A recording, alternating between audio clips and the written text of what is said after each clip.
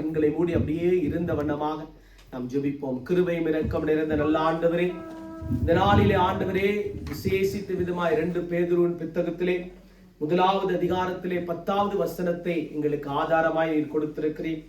தகப்பனே, இந்த நாளிலே நாங்கள் எல்லாரும் உடைய பார்வையிலே சிறு பிள்ளைகளாய் இருக்கிறோம். நாங்கள் எல்லாரும் வளர்ந்து வருகிறவர்களாய் இருக்கிறோம். நாங்கள் எல்லாரும் ஆண்டவரை கர்த்தாவே இதோ நடக்க பழக்கிவித்தவர் நீர் ஆண்டவரே, பேசுகிறதுக்கு பழக்கிவித்தவர் நீர் ஆண்டவரே. எங்களுக்கு ஆண்டவரே கர்த்தாவே இந்த நாளிலே எப்படி நாங்கள் இருக்க வேண்டும் என்று எங்களுடைய வாழ்க்கையை சரி செய்து ஒரு அருமையான ஒரு காரியத்துக்குள்ளே எங்களை நடத்துகிறவர் நீர் ஒருவர் ஆண்டவரே. தகப்பனே, இந்த நாளில் இந்த வார்த்தை எங்கள் ஒவ்வொருடைய வாழ்க்கையிலும் கிரியை செய்வதாக. இந்த வார்த்தை ஆண்டவரே வழியருகே விழுந்த ஒரு விதையை போல இல்லை ஆண்டவரே. அது யாரோ பறவைகள் வந்து பட்சித்து போடுவிடும். ஆனால் அதெல்லாம் உடைய வசனம் ஆண்டவரே நல்ல நிலமாகி எங்களுடைய இருதயத்திலே விதைக்கப்படும்படியாக, நல்ல நிலமாகி ஆண்டவரே கர்த்தாவே எங்களுடைய குடும்பத்திலே விதைக்கப்படுவதாக, எங்கள் ஒவ்வொருடைய இருதயத்திலும் ஆண்டவரை விதைத்து இதனுடைய 100 மடங்கான பலனை எங்களுக்கு தருவீராக, 1000 மடங்கான ஆசீர்வாதத்தை எங்களுக்கு தருவீராக. இந்த வார்த்தை எங்கள் வாழ்க்கையை உயிர்ப்பிப்பதாக, எங்கள் வாழ்க்கையில ஒரு திருப்பு முனையை கர்த்தர் கட்டளையிட்டு கொடுக்கும்படியா, சிறியோரிலிருந்து நாங்கள் பெரியவர் வரைக்கும் ஆண்டவரே உடைய பாதத்திலே எங்களை சமர்ப்பிக்கிறோம் ஆண்டவரே. நீர் சகாயர், நீர் எங்களுக்கு உதவி செய்கிறவர். இந்த வார்த்தை எங்களுக்கு உதவி செய்யட்டும் ஐயா. இந்த வார்த்தை எங்களை பலப்படுத்தட்டும் ஐயா. இந்த வார்த்தை எங்களை தகுதிப்படுத்தட்டும் ஐயா. இந்த கடைசி காலம், இந்த கடைசி காலத்தில் தேவன் எங்களோடு இடைப்படும்படியாக இயேசுவின் நாமத்தினாலே ஜெபிக்கிறோம் நல்ல பிதாவே. ஓகே, இந்த வேகமா வசனத்துக்குள்ள போயிருவோம். ஏனென்று கேட்டால் வசனம் நல்ல தெளிவாய் நமக்கு சொல்லப்படுகிற ஒரு காரியம், அழைப்பை தெரிந்து கொண்டால் நம்முடைய வாழ்க்கை ஒரு ஆசீர்வதிக்கப்பட்ட ஒரு வாழ்க்கையா இருக்கும். ஆகவே அழைப்பு மிக மிக ஒரு முக்கியம். கடந்த நாள்ல இலங்கைக்கு போன பிறகு ஒரு பாஸ்டர் வந்து அழுகிறார். அழுவாத குறையில அவருடைய கண்ணில இருந்து தண்ணி வரக்கூடிய ஒரு சூழ்நிலை வந்துவிட்டு கொஞ்சம் ஸ்டாப் பண்ணிட்டு நான். காரணம் என்னவென்று கேட்டா, நல்லா இருந்த சபையில ஒரே ஒரு குடும்பம் மாத்திரம் தான் இருக்கு. ஒரே ஒரு குடும்பம் இருந்தபடியால் அவருக்கு ரொம்ப வேதனை. காரணம் என்னவென்று கேட்டால், துரு உபதேசங்கள் வந்து விட்டது. அது இலங்கையில புல்லா எல்லா இடங்களிலும். இந்த உங்களுக்கு தெரியுமா, சிங்கப்பூர்ல அந்த கிருபையின் உபதேசம் இருக்கிறது. ஜோசப் பிரின்ஸ் ஒருத்தர் பேசுவார், நல்ல பேச்சு திறமை உள்ளவர் ஜோசப் பிரின்ஸ். இந்த கிருபையின் உபதேசம் வந்து வந்து வந்து என்ன நடச்சுன்னு கேட்டாக்க, முழு சிங்கப்பூருமே பால் அடிச்சு விட்டுருச்சு. முழு சிங்கப்பூர்லயுமே என்ன நடக்குதுன்னு கேட்டாக்க, பாவம் செய்யலாம், அக்கிரமம் செய்யலாம், ஆனால் அதுக்கு கிருபை போதுமானது என்று பிரசங்கித்து விட்டார். ஆனபடியால் அங்க இருக்கிறதான சைனீஸ் மக்கள் எல்லாம் சேர்ந்து என்ன செய்வார்கள் கேட்டாங்க, அப்படியே பாவத்தை செஞ்சு செஞ்சு செஞ்சு செஞ்சு தங்களுடைய வாழ்க்கையிலே ஒரு கேடான ஒரு வாழ்க்கைக்கு போய்விட்டார்கள். அந்த உபதேசம் அப்படியே முழு உலகத்துக்கும் போயிட்டு, முழு உலகத்துக்கும் போன பிற்பாடு இங்க கூட வந்துட்டு அந்த உபதேசம் அப்படியே இலங்கையில தெரியுது. ஆனா இலங்கையில இப்படி வந்தபடியால் இலங்கையில தடிக்கு விழுந்தா எங்களுடைய ஊர்ல சேர்ச்சி இருக்கு, ஆவிக்குரிய சேர்ச்சி, அநேகமான சேர்ச்சிகள் இருக்கிறது.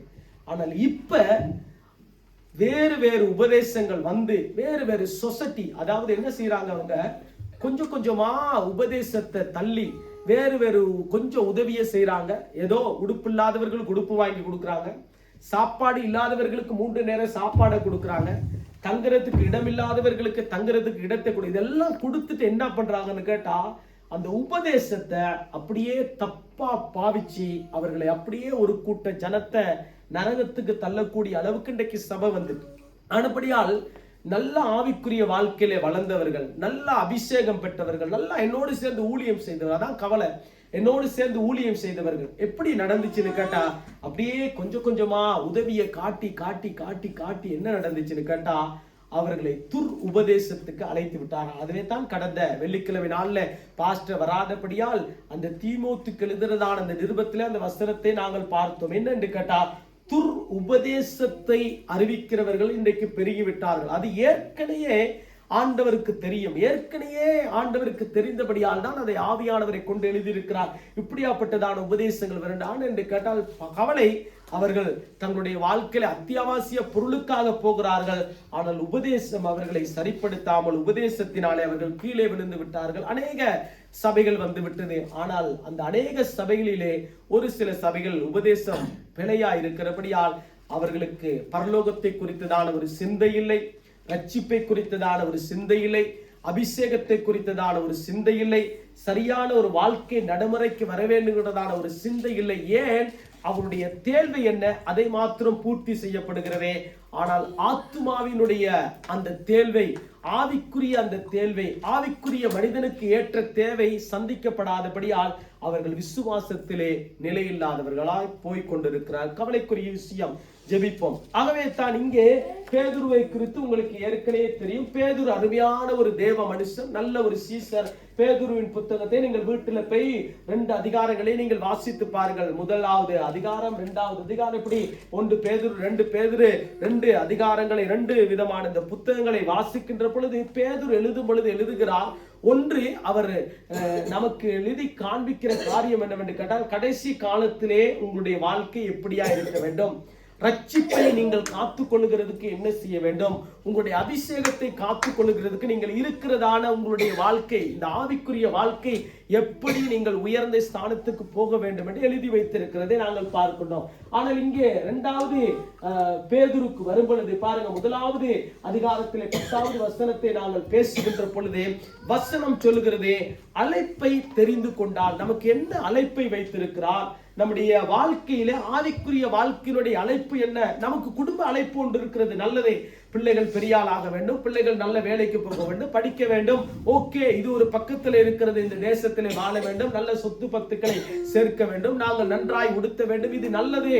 ஆனால் இது ஒரு அழைப்பு இருந்தாலும் ஆவிக்குரிய அழைப்பு என்ன, ஆவிக்குரிய அழைப்பிலே எப்படி இருக்கிறோம் என்று நமக்கு ஆவியானவர் கற்றுக் கொடுக்கிற ஒரு காலங்களுக்குள்ள நாங்கள் இருக்கிறோம். இப்ப பேதுரு எழுதும் பொழுது சொல்லுகிறார் பாருங்க, ஆவியால் சகோதரர்களே உங்கள் அழைப்பையும் தெரிந்து கொள்ளுதலையும் உறுதியாகும்படி ஜாக்கிரதையாயிருங்கள். ஏன் என்று கேட்டால் கவனமாயிருங்கள். நீங்கள் ரொம்ப கவனமாயிருக்க வேண்டும், ரொம்ப மிகவும் கவனமாயிருக்க வேண்டும். என்ன உங்களுடைய அழைப்பு என்ன, நீங்கள் எதற்காக அழைக்கப்பட்டீர்கள், அந்த அழைப்பை நீங்கள் தெரிந்து கொள்ளணும். அப்ப நம்ம எதற்காக அழைக்கப்பட்டோம், நம்முடைய அழைப்பு என்ன, இதை நாங்கள் தெரிந்து கொள்ளாவிட்டால் நம்முடைய வாழ்க்கையிலே ஒரு ஆசீர்வாதமான ஆவிக்குரிய ஆசீர்வாதத்தை மேற்கொள்ள முடியாமல் போய்விடும். ஆவிக்குரிய ஆசீர்வாதத்தை நாம் பெற்றுக்கொள்ள முடியாமல் போய், இதுக்குத்தான் பேதுரு எழுதும் பொழுது சொல்கிறார், நீங்க உங்களுக்கு என்னத்துக்கு அழைக்கப்பட்டிருக்கிறீர்கள், உங்களுடைய நோக்கம், ஆண்டவருடைய நோக்கம் என்ன, ஆண்டுடைய திட்டம் என்ன, இதை நீங்கள் புரிந்து கொள்ளுங்கள். இது உங்களுக்கு தேவையான ஒரு காரியம். இதுதான் அந்த எல்லா ஜனங்களுக்கும் பொதுவாக எழுதுகிறதான ஒரு நிருபமாயிருக்கிறது என்று நாங்கள் பார்க்கிறோம். அப்ப பாருங்க, அவர் சொல்லும் பொழுது சொல்லுகிறார், ஆகையால் சகோதரர்களே உங்கள் அழைப்பையும் உங்கள் தெரிந்து கொள்ளுதலை உறுதியாகும்படி ஜாக்கிரதையாயிருங்கள். இவைகளை செய்தால் நீங்கள் ஒரு காலமும் இடறி விழுவதில்லை. பாருங்க, அடுத்த அந்த கடைசி முடிக்கும் பொழுது சொல்லுகிறார், நீங்கள் அறிந்து கொள்ள வேண்டும், நீங்கள் இதை தெரிந்து கொள்ள வேண்டும். நீங்கள் உங்களுடைய அழைப்பு என்ன, உங்களுக்கு ஆண்டவர் உங்களை ரட்சித்து உங்களுக்கு வேதத்தை கையில கொடுத்து உங்களை அபிஷேகத்தை உங்களுக்கு கொடுத்து நல்ல ஆராதிக்கிற ஒரு வரத்தை கொடுத்து நல்ல வேதத்தை தியானிக்கிற ஒரு வரத்தை கொடுத்து நல்ல ஜெபிக்கிற ஒரு வரத்தை கொடுத்து வியாதிக்கு ஜெபிக்கும் பொழுது வியாதி சுகமாகிறது. சிறு பிள்ளையோ பெரியவர்களோ நாங்கள் யார் இயேசுவின் நாமத்தை உச்சரிக்கிறோமோ அந்த ஜெபம் கேட்கப்படுகிறது, வியாதி நீங்குகிறது. நல்லது, இதெல்லாம் உங்களுக்கு கிடைக்கப்பட்டிருக்கிறது. நல்லது. எதற்கு நீங்கள் அழைக்கப்பட்டீர்கள்? இந்த அழைப்பு மிக முக்கியமானது, ஆவிக்குரிய அழைப்பு முக்கியமானது. இப்ப உலகத்து மக்கள்கிட்ட போய் நாங்கள் கேட்டோம்னா அவர்களுக்கு அழைப்புன்னா என்னன்னு தெரியாது, அதை தெரிந்து கொள்கிறதுக்கு வாஞ்சியும் இருக்காது. இப்ப நமக்கு ஆண்டவர் இந்த அழைப்பை கொடுத்திருக்கிறார். என்ன அழைப்பு? ஆவிக்குரியதான அழைப்பு. இந்த அழைப்பை நீங்கள் தெரிந்து கொண்டு இதிலே நீங்கள் உறுதியா இருக்க வேண்டும்.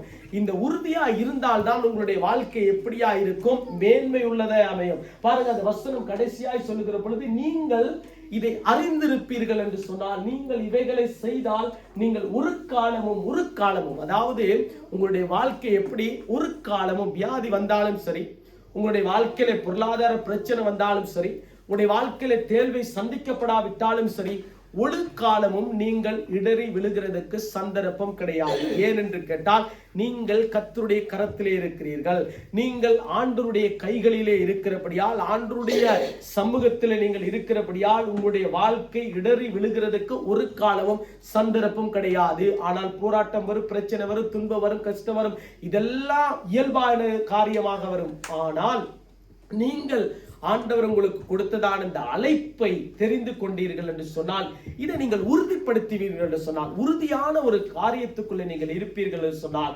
நீங்கள் இடறி விழமாட்டீர்கள் என்று சொல்லுகிறார். இப்ப நாங்கள் எரேமியாவுடைய வாழ்க்கை குறித்து கொஞ்சம் பார்ப்போம். வேதத்துல எரேமியா தீர்க்கதரிசி குறித்து நமக்கு தெரியும். இப்ப எரேமியா தீர்க்கதரிசியுடைய அழைப்பு என்ன? இப்ப எரேமியா தீர்க்கதரிசியினுடைய அந்த அழைப்பை ஆண்டவர் எப்படி உறுதிப்படுத்துகிறார், எப்படி அதை வலியுறுத்தி பேசுகிறார், அவருடைய வாழ்க்கை ஏன் இடறி விழாமல் இருந்துச்சு, அந்த அழைப்பை அவர் தெரிந்து கொண்டார் என்று நாங்கள் வேதத்தில் பார்க்கிறோம். பாருங்க, எரேமியா தீர்க்கதரிசி புத்தகத்திலே 1வது அதிகாரத்திலே 5வது வசனத்தை கொஞ்சம் வாசிங்க பார்ப்போம். தம்பி வாசிங்க பார்ப்போம். Avant de te former dans le ventre de ta mère, je te connaissais, et avant que tu naisses, je t'avais consacré, je t'avais désigné prophète pour les nations. Amen. நான் உன்னை தாயின் வயிற்றில் உருவாக்கும் முன்னே உன்னை அறிந்தேன். நீ கற்பத்திலிருந்து வெளிப்படும் முன்னே நான் உன்னை பரிசுத்தம் பண்ணி உன்னை ஜாதிகளுக்கு தீர்க்கதரிசியாக கட்டளையிட்டேன் என்றார் என்று சொன்னார். ஓகே, இப்ப இந்த 5வது வசனம் நாம் எல்லாரும் இந்த வசனத்தை நாங்கள் வாசித்திருக்கிறோம். நாங்கள் இந்த வசனத்தை சொல்லி ஜெபித்தும் இருக்கிறோம். நல்லது. இப்ப எரேமியா தீர்க்கதரிசிக்கு ஆண்டவர் ஒரு அழைப்பை கொடுக்கிறார். இந்த அழைப்பை அவர் தெரிந்து கொள்ள வேண்டும். இப்ப எனக்கு ஒரு அழைப்பு இருக்கிறது, உங்களுக்கு ஒரு அழைப்பு இருக்கிறது, பிள்ளைகளுக்கு ஒரு அழைப்பு இருக்கிறது. இந்த அழைப்பை தெரிந்து கொள்ள வேண்டும். இந்த அழைப்பு எங்கிருந்து வருகிறது, பரலோகத்திலிருந்து வருகிறது என்பதை நாங்கள் விசுவாசிக்க வேண்டும். ஆகவே பரலோகத்திலிருந்து வருகிறதை நாங்கள் விசுவாசித்து நடக்கிற பொழுது எது உறுதிப்படுத்துகிறது? தேவ வார்த்தை உறுதிப்படுத்துகிறது. தேவ வார்த்தை உறுதிப்படுத்த என்ன நடக்கிறது? அந்த அழைப்பு நம்முடைய வாழ்க்கையிலே சரியாக ஆண்டவர் கொண்டு போகிறார். இப்ப எரேமியா தீர்க்கதரிசிக்கு ஆண்டவர் ஒரு அழைப்பை கொடுக்கிறார். இப்ப கொடுக்கும் பொழுது என்ன நடக்கிறதுன்னு கேட்டா, நான் உன்னை தாயின் வயிற்றிலே உருவாவதற்கு முன்னே உன்னை அறிந்தேன். இப்ப என்ன, இந்த வசனங்கள் எல்லாம் நமக்கு தெரியும், சங்கீத புத்தகம் தேடி தேடி வாசித்திருக்கோம்.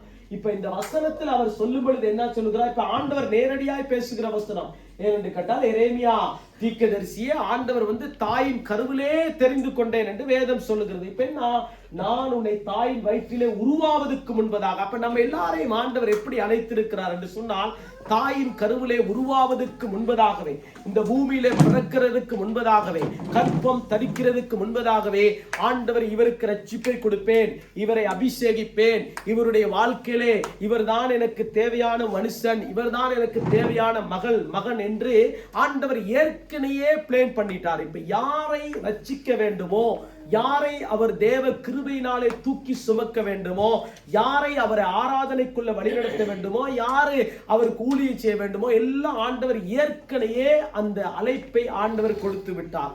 இந்த அழைப்பை கொடுத்தபடியால் தான் வேதம் என்ன சொல்லுகிறது என்று கேட்டால், பாருங்க, நல்லா தெளிவாக சொல்லுகிறது. உன்னை அறிந்தே, நீ கற்பத்திலிருந்து வெளிப்பட முன்னே நான் உன்னை பரிசுத்தம் பண்ணினேன். இப்ப நமக்கு தெரியும், எரேமியா தீர்க்கதரிசி நாசரத் விரதம் பிடிக்கிறவர். ஆகவே தான் இயேசு கிறிஸ்து நசரனாகிய இயேசு கிறிஸ்து என்று சொல்லுகிற காரணம் என்னவென்று கேட்டால், அவர்கள் பிறக்கிற நாளிலிருந்து அவர்களுக்கு என்ன, முடிவெட்ட மாட்டார்கள், அவர்களுக்கு தலைமயிர் வெட்ட மாட்டார்கள், அவர்களுக்கு சவரம் கத்தி பெறக்கூடாது, நாசரத் விரதம் பிடிக்க வேண்டும், அவர்கள் மதுபானம் குடிக்க கூடாது, திராட்சரசம் குடிக்க கூடாது, அவர்கள் வேறு பிரிக்கப்பட்டவர்கள். வேறு பிரிக்கப்பட்டவர்கள் எப்படியாப்பட்டவர்களா இருப்பார்கள்? ஆண்டவருக்கென்று அழைக்கப்பட்டவர்கள், ஆண்டவருடைய ராஜ்யத்துக்கென்று அழைக்கப்பட்டவர்கள், ஆண்டவருடைய ஊழியத்துக்கென்று அழைக்கப்பட்டவர்கள். எப்ப பார்த்தாலும் ஜெபம், எப்ப பார்த்தாலும் வேத வாசிப்பு, எப்ப பார்த்தாலும் தேவ பிரமாணங்கள், எப்ப பார்த்தாலும் தேவனுடைய கட்டளைகளுக்கு கீழ்ப்படிந்து வாழுகிறதுக்கு அவர்கள் தள்ளப்பட்டார்களே. அதுக்காகத்தான் ஆண்டவர் அவர் வசனம் சொல்கிறது, தாய் பாருங்க, நான் உன்னை பரிசுத்தம் பண்ணி உன்னை ஜாதிகளுக்கு தீர்க்கதரிசியாக கட்டளையிட்டேன் என்று சொன்னேன் என்று ஆண்டவர் சொல்லுகிற ஒரு காரியம். இப்ப நமக்கு ஆண்டவர் ஒரு அழைப்பை கொடுத்திருக்கிறார். இப்ப நம்முடைய வாழ்க்கையினுடைய உலக அழைப்பு என்ன? வேலைக்கு போகணும், ஓகே, நல்ல வீடு வாங்கணும், நல்ல கார் வாங்கணும், நல்ல பிள்ளைகளை படிக்க வைக்கணும், இது நம்முடைய உலக அழைப்பு. ஆனால் ஆவிக்குரிய அழைப்பு என்ன? நம்முடைய வாழ்க்கையில ஆவிக்குரிய வாழ்க்கைக்கு அழைப்பு ஒன்று இருக்கிறது. இந்த அழைப்பை நாம் தெரிந்து கொள்ள, இதைத்தான் பேதுரு தெளிவாய் சொல்கிறார், நீங்கள் இதை அறிந்து கொள்ள வேண்டும். ஆகையால் சகோதரர்களை நீங்கள் அறிந்து கொள்ள வேண்டும். நீங்கள் அறிந்து கொள்ளாவிட்டால் எதுக்கு? உங்களுடைய வாழ்க்கையிலே பரலோகத்தினுடைய மேன்மை உங்களுக்கு தெரியாது, பரிசுத்தமான வாழ்க்கை உங்களுக்கு தெரியாது, விசுவாசம் உள்ள சந்ததி என்பதற்கு அடையாளம் இல்லாமல் போய்விடும். ஆனபடியால் நீங்கள் இதை அறிந்து கொள்ள வேண்டும். இது உங்களுக்கு தேவை. பிரதானமானது என்னவென்று கேட்டால், உங்களுடைய அழைப்பு என்ன? ஆவிக்குரிய அழைப்பை நீங்கள் தெரிந்து கொள்ள வேண்டும். எல்லாருக்கும் ஆண்டவர் கொடுத்திருக்கிற ஒரு காரியமா இருக்கு. அது யாரா இருந்தாலும் சரி, ஆண்டவருடைய இரத்தத்தினாலே கழுவப்பட்டு நம்ம எல்லாருக்கும் ஆண்டவர் ஒரு அழைப்பை கொடுத்திருக்கு. 4 பேருக்கு ஜெபிக்கிறது, ஒரு அழைப்பு. 4 பேருக்கு இயேசுடைய அன்பை பரிமாறிக்கொள்கிறது ஒரு அழைப்பு. 4 பாட்டு படிச்சு ஆராதிக்கிறது ஒரு அழைப்பு. நல்ல வார்த்தைகளை கொடுக்கிறது ஒரு அழைப்பு. இது யாருமே சிறிய ஊழியம் பெரிய ஊழியம் என்று சொல்ல முடியாதே. எல்லாருக்கும் ஆண்டவர் அந்த கிருபையை அளித்திருக்க. இதைதான் பேதுரு தெளிவாய் சொல்லுகிறார். நீங்கள் அழைப்பை நீங்கள் உறுதிப்படுத்திக் கொள்ள வேண்டும், தெரிந்து கொள்ள வேண்டும். இப்ப இவர் என்ன பண்றாரு? அடுத்த வசனத்தை வாசிங்க பாப்பா, 6வது வசனத்தை.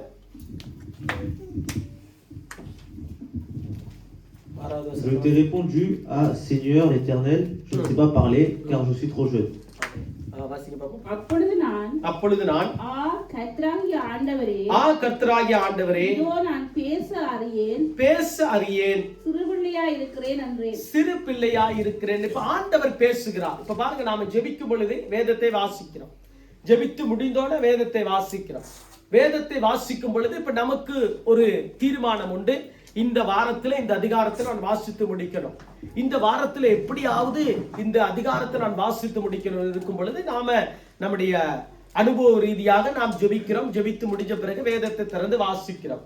வாசிக்கும் பொழுது நமக்கு ஆண்டவர் பேசுகிறார். ஆண்டவர் பேசும் பொழுது என்ன சொல்லுகிறார்? இதை நீ செய்ய வேண்டும். உன்னுடைய தாயின் கருவிலே நான் உன்னை உருவாவதற்கு முன்பதாகவே நான் உன்னை அழைத்திருக்கிறேன், உன்னை பேர் சொல்லி அழைத்திருக்கிறேன், உன்னை தெரிந்து கொண்டிருக்கிறேன். உலக மக்கள் எல்லாவற்றிலும் பார்க்க நீ விசேஷித்தவன், குடும்பத்திலே நீ விசேஷித்தவன். ஆகவே நீர் விசேஷமான ஒரு மனுஷன் என்று ஆண்டவர் நமக்கு பேசுறார். பேசும் பொழுது ஒரு காரியத்தை நாங்கள் சொல்லுகிற எரேமியா தீர்க்கதரிசி என்ன சொல்லுகிறார்? அவர் சொல்லும் பொழுது, அப்பொழுது ஆண்டவரே, இதோ நான் ஒரு சிறு பிள்ளையாயிருக்கிறேன். ஏனென்று கேட்டால் எனக்கு பேச தெரியாது. எனக்கு பேச தெரியாதபடியால் அப்ப என்ன இதனுடைய அர்த்தம்? ஆண்டுடைய சமூகத்துக்கு நாம் எல்லாரும் எப்படிப்பட்டவர்களாயிருக்கிறோம்? பேதைகளாயிருக்கிறோம். இதை நாமல் மறந்துவிடக் கூடாது. ஒவ்வொரு நாளிலும் தேவ சமூகத்துக்கு நாங்கள் போகும் பொழுது நான் பேதைதான், எனக்கு பேச தெரியாது, எனக்கு சரியா ஜெபம் வராது, எனக்கு சரியா பாடல் தெரியாது என்று தேவ சமூகத்திலே நம்மை ஒப்பு கொடுக்கிற பொழுதே ஆவியானவர் நம்மை கரத்திலே எடுத்துக்கொள்ளலாம். ஆவியானுடைய கரத்திலே நாங்கள் இருக்கிற பொழுது என்ன நடக்கிறது? நாங்கள் பெரிய ஆளாய் மாறி விடுகிறோம். ஆவியானவருக்குள்ள நம்முடைய வாழ்க்கையை ஒப்பு கொடுக்கிற பொழுது என்ன நடக்கிறது? நம்முடைய வாழ்க்கை கம்ப்ளீட்டா நம்முடைய அழைப்பு ஆவியானவருடைய கண்ட்ரோலுக்குள்ள வந்துருது. ஆவியானுடைய கண்ட்ரோலுக்குள்ள வந்தவுடன் என்ன நடக்கிறது? நம்முடைய பேச்சு எல்லாவற்றையுமே அவரே நாவை தொட்டு பாருங்க. இப்ப எரேமியாவை பொறுத்து அடுத்த வசனத்துக்கு வாசிக்கும் பொழுது, நான் பேச அறியேன், சிறு பிள்ளையாயிருக்கிறேன். எதிலே நான் சிறு பிள்ளையாயிருக்கிறேன்? நாம் இன்றைக்கு நினைக்கிறது போல ஆவிக்குரிய வாழ்க்கையிலே அல்லது என்னுடைய வாழ்க்கையிலே நான் ஒரு சிறு பிள்ளையாகத்தான் இருக்கிறேன். ஆகவே தான் ஆண்டவர் சொல்லுகிறார். அடுத்த வசனத்தை வாசிங்க பார்ப்போம், 8வது வசனத்தை 7வது வசனத்தை. L'Éternel m'a dit, ne prétends pas que tu es trop jeune, car tu iras trouver tout ce que je t'enverrai et tu diras tout ce que je te ordonnerai. ஆனாலும் கர்த்தர், நீ சிறுபிள்ளை என்று சொல்லாதே, நான் அனுப்புகிற எல்லாரிடத்திலும் நீ போய் நான் உனக்கு கட்டளையிடுகிறவைகள் எல்லாம் நீ பேசுவாயாக. இப்ப முதலாவது ஒரு அழைப்பு வந்துருச்சு ஆண்டவரிடத்திலிருந்து. இந்த அழைப்பு வந்தோன இந்த அழைப்பை தெரிந்து கொள்ளணும் எரேமியாவுக்கு. அவருடைய அழைப்பு என்ன? தீர்க்கதரிசி. ஆகவே தான் தீர்க்கதரிசியினுடைய அழைப்பை அவர் தெரிந்து கொள்ளணும். ஏனென்றால் அந்த அழைப்பு தெரியாவிட்டால் அவர் என்ன பண்றாரு? அவருடைய அந்த காரியம் அவருக்கு இருந்ததான அந்த நன்மையான காரியம் அவருக்கு இருந்ததான அவருக்குள்ள இருந்ததான அந்த கெப்பாசிட்டி, அந்த தகுதி அவருக்குள்ளே தெரியாமல் போய்விடும். ஏனென்றால் ஆண்டவர் அந்த கெப்பாசிட்டியை ஆல்ரெடி வச்சுட்டாரு, ஏற்கனவே வச்சுட்டாரு. தாயின் கருவிலே உருவாவதுக்கு முன்பதாகவே வச்சுட்டாரு. பிறந்த பிறகு அதை சொல்லி கொடுக்கிறார். ஆனால் இவர் என்ன சொல்லுகிறார்? ஆண்டவரே, நான் எனக்கு பேச தெரியாது. அப்ப ஆண்டவர் பார்க்கிறார், பேச தெரியாதவன் தான். பேச தெரிஞ்சவனை வச்சுக்கிட்டு என்ன செய்ய முடியும்? பேச தெரிஞ்சவன் ஆண்டவருக்கே பிரசங்கம் பண்ணிடுவான். ரொம்ப கஷ்டம். இன்னைக்கு அப்படித்தான் போய் கொண்டிருக்கு. பேச தெரிஞ்ச ஆளை வச்சு அப்ப பாருங்க, எனக்கு பேச தெரியும் ஆண்டவரே. ஆண்டவர் அழைக்கும் பொழுது, ஆண்டவரே நீ சொல்ல தேவையில்ல, எனக்கு பேச தெரியும், எனக்கு வார்த்தை தெரியும்னா ஆண்டவர் என்ன பண்ணுவாரு? அவனை வச்சு நான் என்ன செய்ய முடியும்? ஆகவே எனக்கு பிரசங்கிக்கிறவன் எனக்கு தேவையில்லையே. அதுக்கு தான் ஆண்டவர் சொல்லுகிறார். நல்லா கவனிக்கணும். இப்ப இதுல என்ன ஒரு முக்கியமான ஒரு காரியம் என்னவென்று கேட்டால், எனக்கு பேச தெரியாது, எனக்கு பேசுறதுக்கு வராது, ஆகவே எனக்கு பேச்சு திறமை இல்லை. அப்ப ஆண்டவர் சொல்லுகிறார், அதுதான் அழைப்பு, அதுதான் அழைப்பு. ஜெபிக்க தெரியாதா? அதுதான் அழைப்பு. பாட தெரியாதா? அதுதான் அழைப்பு. வார்த்தை வாசிக்க தெரியாதா? அதுதான் அழைப்பு. அந்த அழைப்பை நீங்கள் தெரிந்து கொள்ள வேண்டும். இப்ப நல்லா தெளிவா ஆண்டவர் பேசுகிறார். இந்த அழைப்பு என்ன? பேச தெரியாது. ஓகே, அப்ப ஆவிக்குரிய வாழ்க்கையில நாங்கள் வருகிற பொழுது ஆண்டவர் என்ன பண்ணுகிறாரு? அப்ப பேச தெரியாத நம்மை என்ன பண்ணுகிறார்? ஆண்டவர் தன்னுடைய கரத்திலே எடுத்துக் கொள்கிறார். எடுத்துக்கொண்ட பிறகு என்ன நடக்கிறது? அவர் பேசுகிறதுக்கு கற்றுக் கொடுக்கிறார். மோசே பெரிய ஆள், நமக்கு தெரியும். மோசே குறித்து நம்ம அடிக்கடி பார்த்திருக்கிறோம். மோசே எகிப்துல நல்ல நல்ல வேலைகளை செய்தவர், சகல சாஸ்திரங்களை கற்றவர் என்று வேதம் சொல்கிறது. ஆனால் மாடு மேய்க்கும் பொழுது ஆண்டவர் அழைச்சிட்டார். அழைக்கும் பொழுது என்ன நடக்கிறது? முச்சடியில ஆண்டவர் பேசுறார். பேசும் பொழுது என்ன சொல்லுகிறார்? ஆண்டவரே, மந்த நாவு, என்னால பேச முடியல. ஆனால் வேதம் சொல்லுகிறது அவன் நல்ல பேச்சிலே வல்லவனானான் என்று வேதம் சொல்லுகிறது. சகல சாஸ்திரங்களை கற்றவன் என்று வேதம் சொல்லுகிறது. அப்ப அழைப்புக்கு என்ன அடையாளம்? ஆண்டுடைய சமூகத்துல சமர்ப்பிக்கிறதுக்கு ஒரு வாசல் இருக்கிறதே, இதுதான் சரியான ஒரு வாசல். இப்ப எரேமியா சொல்லுகிறார், என்னால முடியல. அப்ப ஆண்டவர் சொல்லுகிறார் அடுத்த வசனத்துல பாருங்க. ஆனால் கர்த்தர், பாருங்க அந்த வசனத்தை 7வது வசனத்தை வாசிக்க பார்ப்போம். ஆனாலும் கர்த்தர், நான் சிறுபிள்ளை என்று நீ சொல்லாதே, சிறுபிள்ளை என்று சொல்லாதே, நான் உன்னை அனுப்புகிற எல்லாரிடத்திலும் நீ போய் நான் உனக்கு கட்டளையிடுகிறவைகள் எல்லாம் நீ பேசுவாயாக. இப்ப எரேமியா தீர்க்கதரிசி, எரேமியாவை தீர்க்கதரிசியாய் ஆண்டவர் ஏற்படுத்தினார். ஏற்படுத்தின உடனே எரேமியா புத்தகத்தை நீங்க வாசித்து பாருங்க. புலம்பலும் அவர் எழுதினதான் வாசித்து பாருங்க. இப்ப 2 விதமான புத்தகங்களில அவருடைய வாழ்க்கை புலம்பல், அழுகை, குழியில தூக்கி போட்டோன்னா அழுக. அப்பதான் ஆண்டவர் சொல்லுகிறார், நீ ஆண்டவரே என்னால முடியாது, இந்த ஆட்களோட நான் ஓட முடியாது, இவங்க ரொம்ப மோசமான ஆட்கள், இஸ்ரவேல் ஜனங்கள் மோசம், ஆனபடியால் என்னால முடியாது ஆண்டவரே. ஆகவே ராஜாக்களுக்கு போய் என்னால சொல்ல முடியாது. அப்பதான் ஆண்டவர் ஒரு காரியத்தை சொல்லுகிறார், நீ காலாட்களோட, நீ குதிரைகளோட ஓட வேண்டிய ஆள், நீ காலாட்களை கண்டு ஏன் பயப்படுற? 2 காலுள்ள மனுஷனை கண்டு நீ பயப்படுற. ஆனால் உன்னுடைய அழைப்பு அது கிடையாது. குதிரைகளோடு ஓடுகிறது தான் உன்னுடைய அழைப்பு. குதிரை எப்படி வேகமா ஓடும்? முட்டும், அடிக்கும், ரெண்டபடி கண்ட்ரோல் பண்ணணும். ஆனால் அதற்கு தான் உன்னை நான் வைத்திருக்கிறேன் என்று ஆண்டவர் சொல்லுகிறார். இப்ப 8வது வசனத்துக்கு வரும் பொழுதே பாருங்க, 8வது வசனத்தில் அவருடைய அழைப்பை உறுதிப்படுத்துகிறார். வாசிங்க பார்ப்போம். நீ அவர்களுக்கு பயப்பட வேண்டாம். இப்ப ஆண்டவர் சொல்லுகிறார், ஏன்னா முதல்ல அவர் சொல்லிட்டாரு 5வது 6வது வசனத்துல, ஆண்டவர் எனக்கு பேச தெரியாது. இப்ப 7வது வசனத்துக்கு அவர் வரும் பொழுது சொல்லுகிறார், இல்ல, நான் உன்னை அழைத்திருக்கிறேன், இது என்னுடைய அழைப்பு. நீர் என்னதான் பண்ணாலும் காதை பிடிச்சு உன்னை கொண்டு வந்துட்டேன், தலை மயிரை பிடிச்சு உன்னை கொண்டு வந்து தேவ சமூகத்துல நிறுத்திட்டேன், அப்படியே புடனிய பிடிச்சு உன்னை கொண்டு வந்து வச்சுட்டேன், அப்படியே உன்னால ஒன்று செய்ய முடியாது. ஆனபடியால் உன்னுடைய ஆண்டவர் நான் உனக்கு அழைப்பை கொடுத்திருக்கிறேன். இந்த அழைப்பை எந்த மனுஷனும் அழிக்க முடியாது, நீரே அவலட்சணத்துக்குள்ள போயிட முடியாது. இப்பதான் ஆண்டவர் சொல்லிட்டு சொல்லுகிறார், இதோ நான் உனக்கு சொல்லுகிறேன், நீ போய் இந்த காரியத்தை சொல்லு, நான் சொல்ற காரியத்தை சொல்லு. இப்ப 8வது வசனத்துக்கு வரும் பொழுது பாருங்க, நீர் அவர்களுக்காக பயப்பட வேண்டாம், உன்னை காக்கும்படி நான் உன்னுடனே இருக்கிறேன் என்று கர்த்தர் சொல்லி. பாருங்க 8வது வசனத்துல சொல்லுகிறார், நான் உன்னோடு கூட இருக்கிறேன். இது ஒரு பெரிய ஒரு பலன். ஏனென்று கேட்டா, இதுக்கு சக்சஸ்ஃபுல் என்ன? எனக்கு பேச தெரியாது, அவ்வளவுதான். எனக்கு பேச தெரியாது, எனக்கு வார்த்தை வராது, எனக்கு பேச தெரியாது, அவ்வளவுதான், முடிஞ்சு போச்சு. தேவ சமூகத்துல வரும் பொழுது, ஆண்டவரே எனக்கு பேச தெரியாது, நான் ஆண்டவரே ஒரு பேதை, நான் ஞானி கிடையாது, ஆண்டவரே கர்த்தாவே நான் ஒரு பைத்தியக்காரனை போல இருக்கிறேன், எனக்கு பேச வராது என்று சொல்லுகின்ற பொழுது என்ன நடக்கிறது? ஆண்டவர் கரத்திலே எடுக்கிறார். கரத்திலே எடுத்து என்ன பண்ணுகிறார்? பாவிக்க விரும்புகிறார். என்னத்துக்கு பாவிக்க விரும்புகிறார்? அவருடைய ஊழியத்துக்கு பாவிக்க விரும்புகிறார். தீர்க்கதரிசியாய் பாவிக்க விரும்புகிறார். விரும்பும் பொழுது தான் ஆண்டவர் சொல்கிறார், சரி ஓகே, நீ பரவாயில்ல, ஆனா நான் உன்னோடு கூட இருக்கிறேன். இதுதான் மெயின் வார்த்தை, நான் உன்னோடு கூட இருக்கிறதா. அப்ப அழைப்பு இருந்தால் என்ன நடக்கும்? ஆண்டவர் நம்மோடு கூட இருப்பார். அந்த அழைப்பை தெரிந்து கொண்டோம்னா என்ன? நாங்கள் ஒரு காலமும் இடறி விழ போகிறதுக்கு சந்தர்ப்பம் இல்லை. காரணம் என்னவென்று கேட்டால், நாங்கள் அழைக்கப்பட்டவர்கள், ஆண்டுடைய ராஜ்யத்துக்காக அழைக்கப்பட்டவர்கள், பரலோகத்துக்காக அழைக்கப்பட்டவர்கள், தேவ சமூகத்துக்கு அழைக்கப்பட்டவர்கள், பரிசுத்தவான்களாய் அழைக்கப்பட்டவர்கள், விசுவாச குடும்பமாய் அழைக்கப்பட்டவர்கள், செழிப்பின் குடும்பங்களாக அழைக்கப்பட்டிருக்கிறோம். ஆண்டுடைய ராஜ்யத்துக்கு உகந்த பிள்ளைகளாய் நாங்கள் அழைக்கப்பட்டிருக்கிறோம். ஒளியின் பிள்ளைகளாய் நாங்கள் அழைக்கப்பட்டிருக்கிறோம். இதிலே சந்தேகம் கிடையாது. அப்ப ஆண்டவர் சொல்லுகிறார், நான் உன்னோடு கூட இருப்பேன். இருக்கும் பொழுது பாருங்க, அடுத்த வசனத்தை வாசிக்க பார்ப்போம்.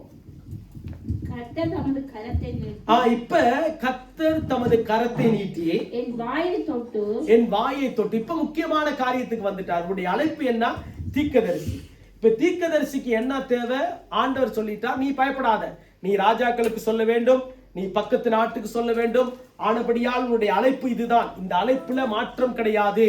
நீர் இந்த அழைப்பை ஒன்றும் செய்ய மாட்டேன், நான் கொடுத்த அழைப்பு அவ்வளவுதான். பாருங்க, ஆண்டவர் கொடுக்கிற ஆசீர்வாதத்துக்கும் உலகம் கொடுக்கிற ஆசீர்வாதத்துக்கும் வித்தியாசம் இருக்கிறது.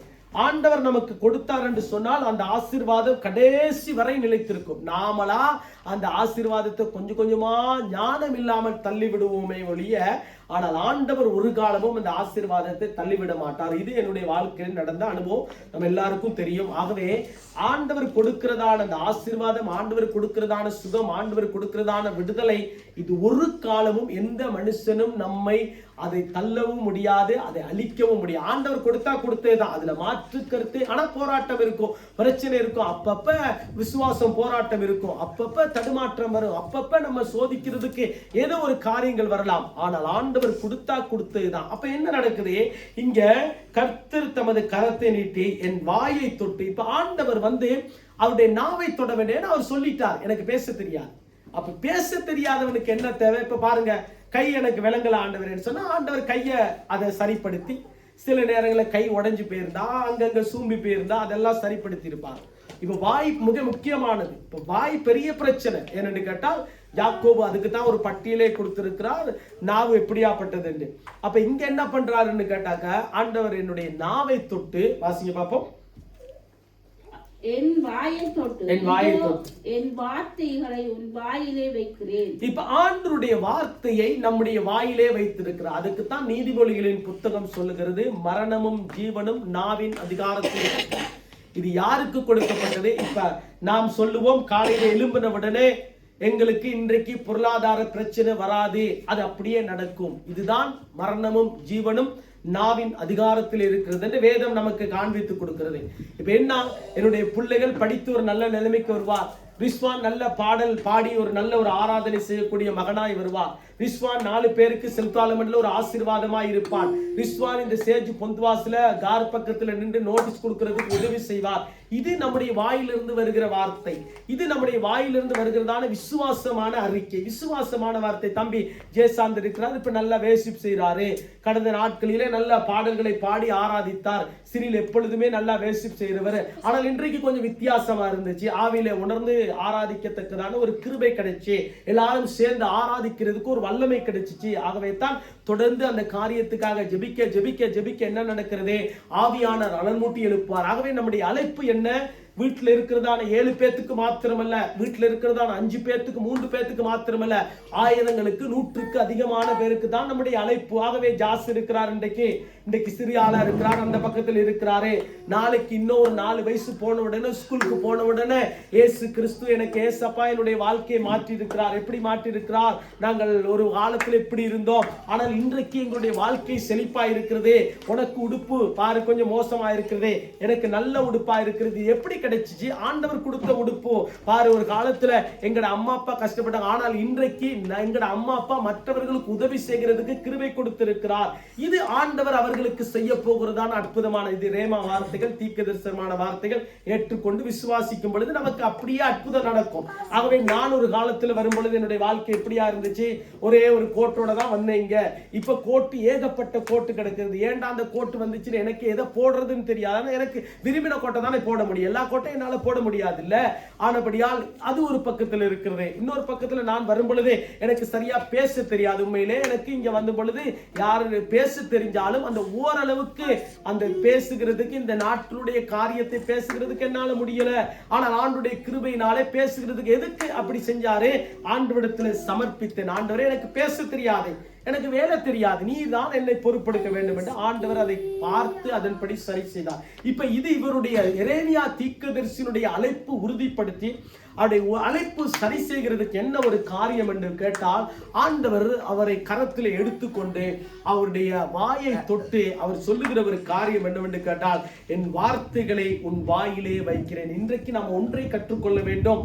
நம்முடைய அழைப்பு பிரதானமானது உண்டு. எப்ப பார்த்தாலும் நம்முடைய வாழ்க்கையிலே ஐயோ அது நடக்காது நடக்காது நடக்காது என்கின்ற வார்த்தையை விட்டுட்டு வெளியே வந்துவிட்டு, நம்முடைய வார்த்தை ஆண்டவர் என்னை கரத்திலே வைத்திருக்கிறார், என்னுடைய அழைப்பு இதுவாயிருக்கிறதே, ஆனபடியால் ஆண்டவர் எனக்கு என்னுடைய குடும்பத்துக்கு இதை செய்வார், என் பிள்ளைகளுக்கு இதை செய்வார், என்னுடைய வாழ்க்கை செழிக்கும், என் மூலமாக பலர் ரட்சிக்கப்படுவார்கள், என் மூலமாக இயேசுவை மற்றவர்கள் ஏற்றுக்கொள்வார்கள் என்கின்றதான அந்த நிபந்தனைக்குள்ள நாம் வந்து விட்டோம்னு சொன்னா நம்முடைய வாழ்க்கையில் என்ன நடக்கிறது, ஆண்டவர் கிரியை செய்கிறார் என்பதை உறுதிப்படுத்துகிறது. இப்ப எரேமியா தீர்க்கதரிசிக்கு ஆண்டவர் சொல்லும் பொழுது சொல்லுகிறார், 10வது வசனத்தை மாத்திரம் வாசிங்க பார்ப்போம். பிடுங்கவும், இடிக்கவும், அழிக்கவும், கவிழ்க்கவும், கட்டவும், நாட்டவும், நான் இன்றைய தினம் ஜாதிகளின் மேலும் ராஜ்யங்களின் மேலும் ஏற்படுத்தினேன். இன்றைக்கு கர்த்தர் என்னுடனே சொன்னார். இப்ப பாருங்க, நான் உன்னை அழைத்தேன். ஆண்டவருக்கு தெரியும் நம்மை உருவாக்கி நம்முடைய வாழ்க்கையிலே சரி செய்து நம்மை அங்கங்க கொஞ்சம் பாருங்க, நம்முடைய வாழ்க்கை கொஞ்சம் ஆரம்ப நாட்களில் ஆண்டவரை அறிஞ்ச கொஞ்சம் நாட்களில் நம்முடைய சுபாவம் மாறி இருக்கிறாரு, நம்முடைய பேச்சு மாறி இருக்கிறாரு, நம்முடைய செயல் மாறி இருக்கிறாரு. ஒரு பக்கம் ஒரு மாறி தான் நம்ம பேசுவோம், ஏன்னா நம்முடைய குணாதிசயம் அப்படி. அப்ப ஆண்டவர் நம்மை அவருடைய கருத்துல நம்ம எடுத்த பிறகு என்ன நடக்கிறது, நம்முடைய பேச்சு அப்படியே மாத்துகிறார். என்ன பேச்சாய் மாத்துகிறார்? விசுவாசத்துக்குரிய பேச்சாய் மாத்துகிறார். நம்முடைய பேச்சு எப்படியாய் மாத்துகிறார்? ஒரு ஆசீர்வதிக்கப்பட்ட பேச்சாய் மாத்துகிறார். 4 பேருக்கு நம்முடைய வார்த்தை எப்படியா இருக்கிறது?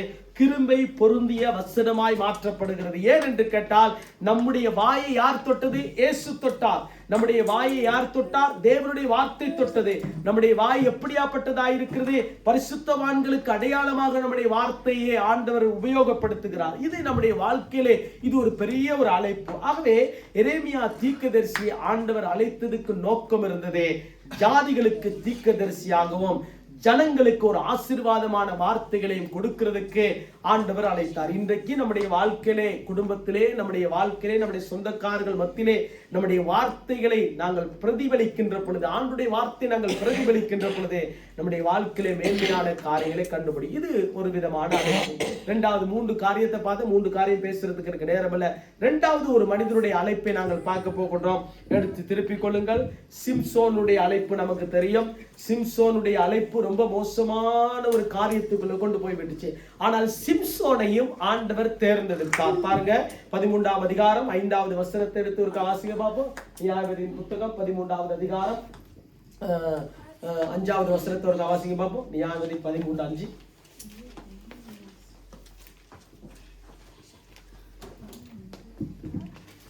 வாசிங்க பார்ப்போம். Maintenant, tu fais bien attention de ne pas boire ni vin ni liqueur forte et ne rien manger d'impur, car tu vas devenir enceinte et tu mettras au monde un fils. Le rasoir ne sera pas sur sa tête, parce que cet enfant sera consacré à Dieu dès le ventre de sa mère. Ce sera lui qui commencera à délivrer Israël de la domination des Philistins. நீர் கற்பம் தரித்து ஒரு குமாரனை பெறுவாய். அவன் தலையின் மேல் சவரகன் கத்தி படலாகாது. அந்த பிள்ளை பிறந்தது முதல் தேவனுக்கென்று நசரனாய் இருப்பான். அவன் தேவனுக்கென்று நசரனாய் இருப்பான். அவன் இஸ்ரவேலை பெலிஸ்தியரின் கைக்கு அவன் இஸ்ரவேலை பெலிஸ்தியரின் கைக்கு நீங்களாக்கி ரட்சிக்க தொடங்குவான் என்றார். ரட்சிக்க தொடங்குவான். நல்லா கவனிக்கணும். 2 பேரோட அழைப்பை குறித்து சொல்லி இருக்கிறது. 2 பேரையும் ஆண்டவர் சரியான பாதைக்கு தான் கொண்டு வந்தார். நம்முடைய வீட்டுல 3 பிள்ளைகள் இருக்குது.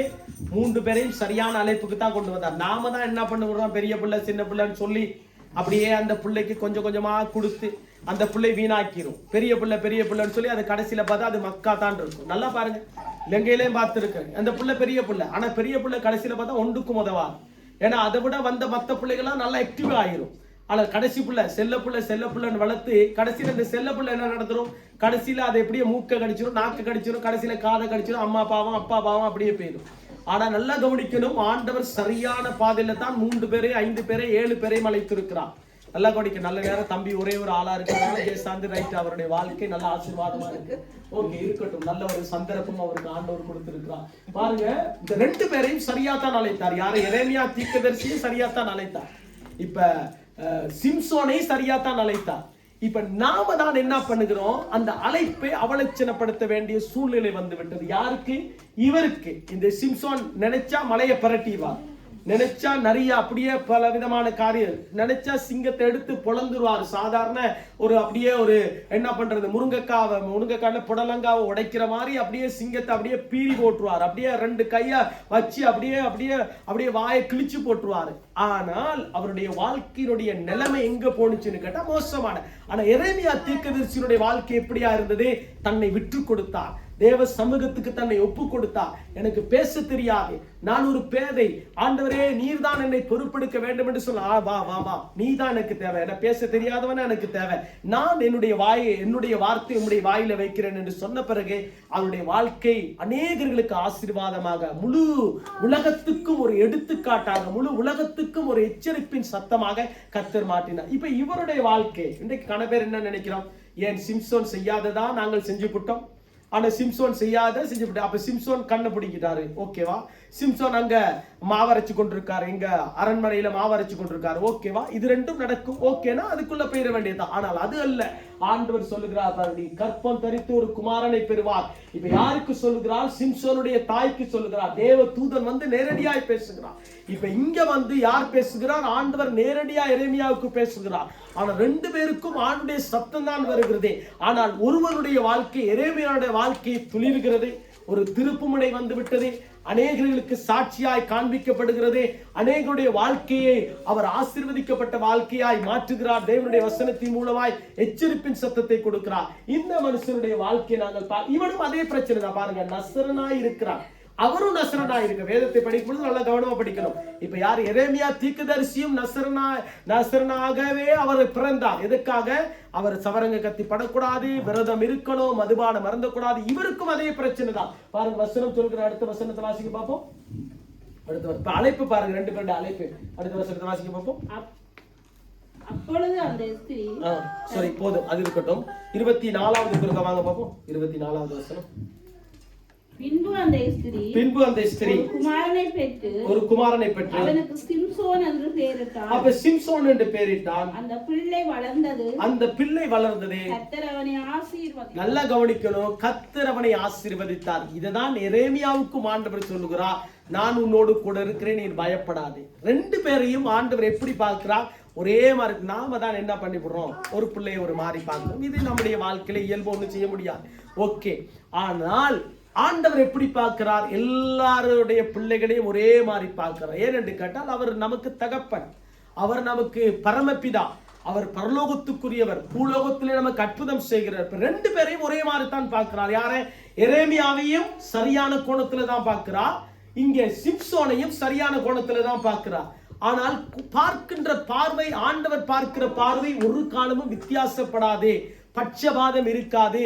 கொடுக்க வேண்டிய ஆசீர்வாதத்தை சரியாக கொடுப்பார், கொடுக்க வேண்டிய கிருபையை கொடுப்பார். வரமா ஆண்டவர் ஏராளமாய் தாராளமாய் கொடுப்பார். ஆனால் ஆண்டவர் கொடுக்க வேண்டியதை சரியாக கொடுப்பார்.